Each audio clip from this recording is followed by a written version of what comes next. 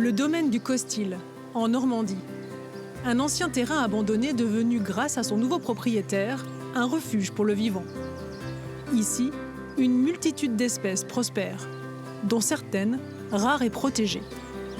Sorti du chapeau de Rodolphe Landemaine, l'idée est d'acheter des hectares pour simplement laisser pousser la forêt.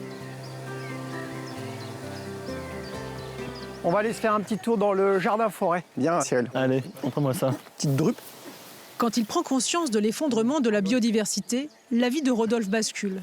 Cet entrepreneur à succès devient végétalien et se lance un nouveau défi, convaincre d'autres dirigeants d'investir dans la préservation de la nature. Là, on est sur un petit coteau bien ensoleillé, protégé des vents du nord. Et donc, petit à petit, la forêt, les arbres vont grandir et ça va se fermer, ça va faire tout un écosystème. Difficile de rester indifférent à une nature en libre évolution. Les gens ont tendance à penser qu'un beau jardin, c'est un jardin parfait comme un golf, quoi. Moi, je ne suis pas d'accord. Je trouve que ça, c'est plus joli, c'est plus vivant. Il y a un bruit, là, c'est incroyable. Il y a des sauterelles, ça sent bon, ça bouge. Pour Cyril, créateur de 130 sociétés dans la tech, ce domaine pourrait faire école. Si on se mettait à plusieurs à faire des patchs un peu comme ça sur tout le territoire, le jour où on va baisser un peu la pression chimique, toute cette biodiversité qu'on entretient ici, elle va essaimer. Acheter une forêt sans l'exploiter est aussi pour lui une manière de réparer. J'ai pas du tout été vertueux, j'ai été comme tout le monde, j'ai beaucoup pris l'avion. Je me rends compte qu'on est allé trop loin, qu'on a abîmé le vivant autour de nous. Aucune rentabilité, seulement une prise de conscience.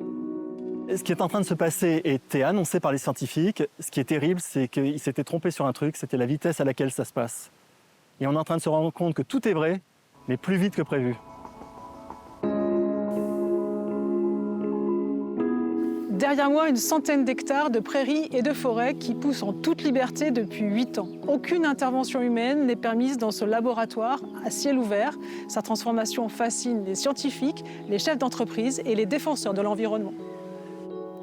Je suis en train de marcher sur un sentier tracé par le blaireau. Seuls quelques scientifiques sont autorisés à y pénétrer, comme le naturaliste Peter Stallager. Il est en charge du suivi du réensauvagement. Il faut des projets un peu fous comme ça, puisque avec l'agriculture actuelle, on a des immensités, on a presque plus de diversité. La France est tellement grande, on doit pouvoir se permettre de créer certains sites qui ne servent à rien, juste à accueillir le monde sauvage. Chaque année, écologues et naturalistes documentent toutes les espèces présentes pour prouver scientifiquement l'efficacité de ces 170 hectares en liberté. On a une liste de toutes les plantes, 500 espèces de plantes, plus une centaine d'espèces de mousses, plus de 400 espèces de champignons. Il y a un couple d'ornithologues qui font 8 visites par an et on a dépassé le seuil de 100 espèces dont la moitié sont nicheurs sur place. La nuit révèle un autre visage du domaine. Dans les bois en libre évolution et aux abords du château inhabité. Thomas Chérézy y installe ses filets pour la première fois. Il capture les chauves-souris au vol pour les inventorier. Ouais, ça va le faire quand même. Une seule chauve-souris peut capturer jusqu'à 600 insectes en 1 heure, l'équivalent de son poids. Elle est prise dans la poche du filet, donc je suis en train de la démailler. Donc je fais glisser les mailles doucement le long des avant-bras, des ailes. Hop. Et je la dégage doucement, sans la blesser. Donc on a affaire à un oreillard. Leur présence est signe d'un milieu préservé, riche et en pleine santé. Ce petit monsieur fait 8,4 grammes. Donc je vais reprendre différentes Le mesures. Costil compte 13 espèces différentes de chauves-souris et plus de 400 individus. Hop là. Le pari désormais de Rodolphe Landemaine, convaincre le plus grand nombre. Pour lui, chacun peut agir, du simple jardin aux grandes forêts. À partir du moment où on est propriétaire, on a le droit de tout faire.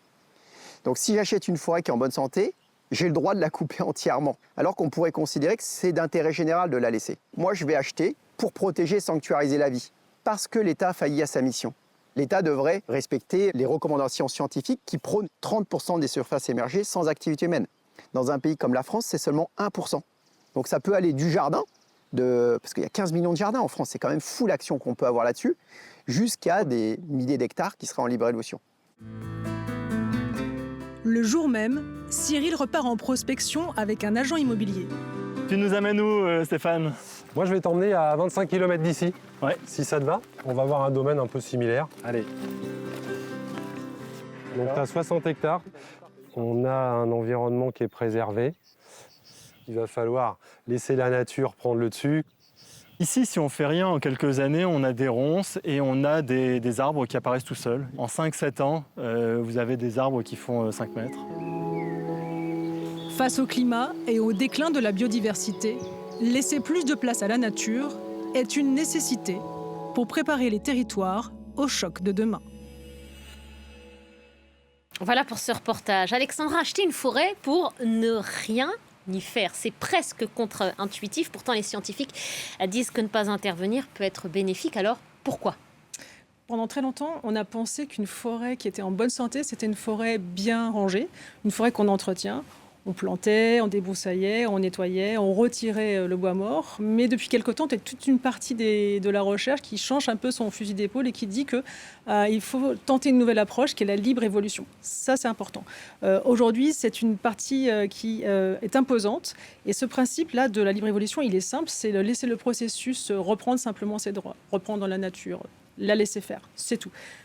En quelque sorte, c'est quoi? C'est les arbres qui vieillissent. On a des arbres, certains qui sont morts. Le bois mort, il tombe au sol. Il est décomposé par des champignons. Puis viennent les vers, les insectes, les oiseaux. Et puis, donc, cette vie reprend. Pour nous, ça peut paraître un peu désordonné. Mais en fait, c'est un écosystème qui est particulièrement riche et particulièrement précieux et même très, très, très organisé. Et les scientifiques estiment d'ailleurs que tout ce qui est ce bois mort, ça fait dépendre en fait des espèces, un tiers des espèces forestières, qui dépendent complètement de ce bois mort. Donc c'est très très important qu'elles vivent. C'est pour elles un habitat qui est indispensable pour les mousses, pour les lichens, pour les oiseaux, pour les chauves-souris. Elles ne peuvent vivre que sur des bois morts. Donc laissez le bois mort. Et pourtant, on entend souvent dire qu'il faut planter donc des millions d'arbres justement pour lutter contre le changement climatique. On se demande finalement si c'est pas contradictoire. Ouais, c'est ça, pas forcément. En fait, planter des arbres, c'est souvent nécessaire. Pourquoi ? Parce qu'il faut restaurer des milieux qui sont dégradés.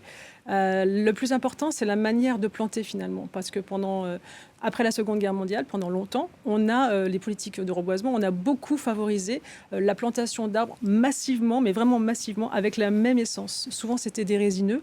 Pourquoi on a choisi des résineux ? Parce que la croissance est rapide et puisqu'il y a un bon rendement économique.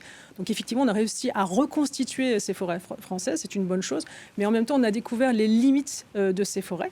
Alors, lorsqu'une forêt est composée d'arbres qui sont de même espèce, de même génération, de même taille, qui sont similaires, eh bien, elles sont beaucoup plus vulnérables à tout ce qui est inondation, sécheresse, envahissement des insectes, incendie. Et ça, on ne peut plus vraiment dire que ce sont des événements exceptionnels. On est en train de les vivre actuellement et de plus en plus et de manière plus forte.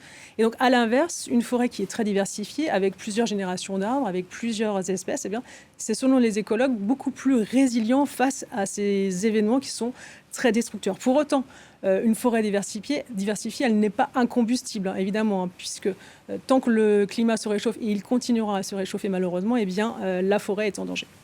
Et finalement, ces forêts laissées totalement libres, elles servent aussi en quelque sorte de laboratoire, on peut le dire comme ça ?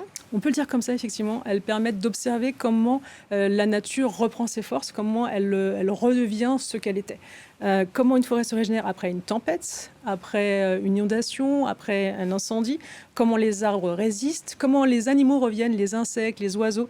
Cette observation, elle est très très importante, surtout sans intervention humaine, ça c'est vraiment ce qu'il faut faire. Des données qui sont extrêmement précieuses. Pourquoi ? Parce que les chercheurs cherchent à imaginer comment on va construire, du moins aider les forêts françaises de demain.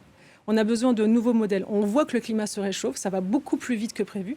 Et on a besoin de s'inspirer des forêts de manière naturelle pour pouvoir projeter des modèles plus précis.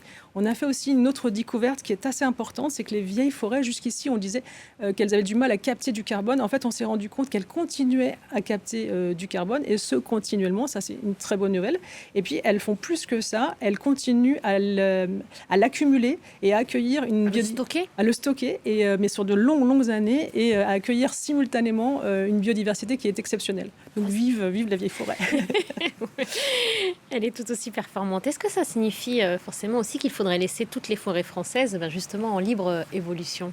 C'est vrai qu'on peut sembler que c'est naturellement ce vers quoi on devrait tendre, laisser toutes les forêts vivre librement. En fait, non. Les chercheurs sont très prudents sur la question.